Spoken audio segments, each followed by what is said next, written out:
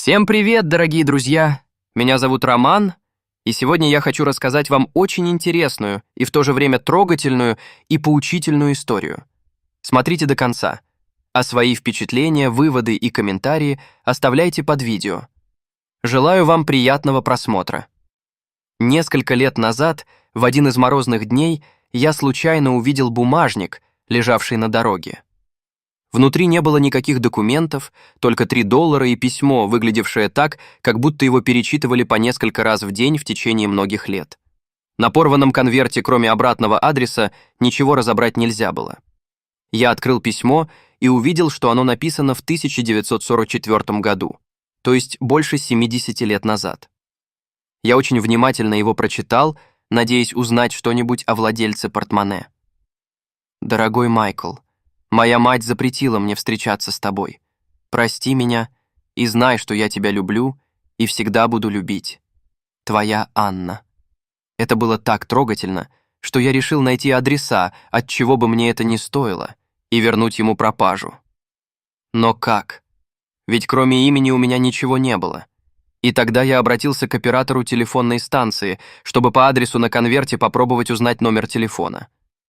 «Девушка, у меня к вам необычная просьба.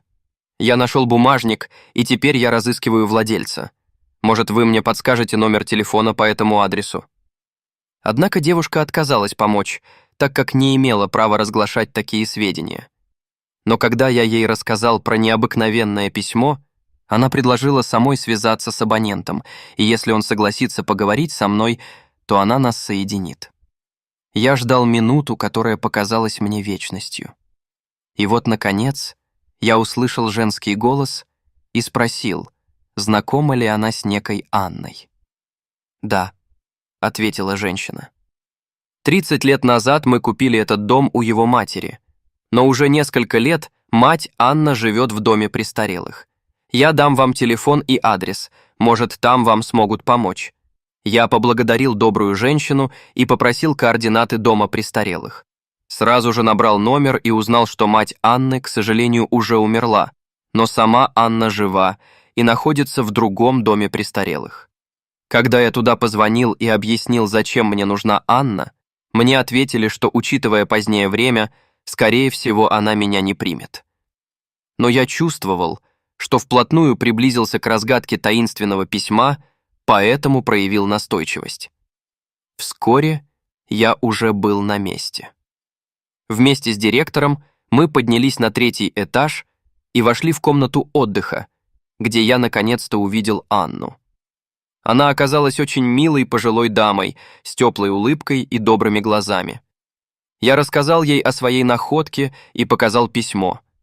Когда Анна увидела его, она отвела взгляд, глубоко вздохнула и произнесла: «Я очень его любила. Его звали Майкл Голдстайн, но мне было только 16 лет, и моя мать считала, что я слишком молода. К тому же Майкл был очень красивым парнем, знаете, как Шон Коннери, актер». Она глубоко вздохнула и сквозь слезы чуть слышно произнесла: «Если вы его найдете, передайте, что она все еще любит его и так и не вышла замуж. Никто для меня не смог стать таким, как он». Я попрощался с пожилой леди и спустился на 1-й этаж. Дежуривший там охранник спросил, помог ли мне визит к леди Анне. По крайней мере, я знаю фамилию владельца, но я так и потратил почти весь день, поэтому начну поиски, когда у меня будет свободное время. Произнося эти слова, я машинально вытащил из кармана бумажник. Коричневый, кожаный, с переплетением красного шнурка. И вдруг охранник закричал: «Я знаю! Я знаю, кто владелец! Это господин Голдстайн!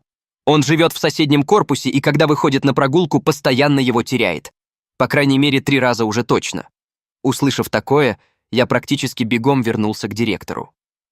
Вместе мы прошли в соседний корпус и спросили у медсестры, где сейчас находится Майкл Голдстайн. Она провела нас в комнату, в которой, сидя в большом уютном кресле, наслаждался чтением приятный пожилой джентльмен. Директор спросил его, не терял ли он сегодня бумажник. Пожилой господин с достоинством поднялся, осмотрел свои карманы и, виновато разведя руки, произнес: «Вы совершенно правы, он отсутствует», на что директор ответил: «Вот этот добрый человек нашел его и возвращает вам.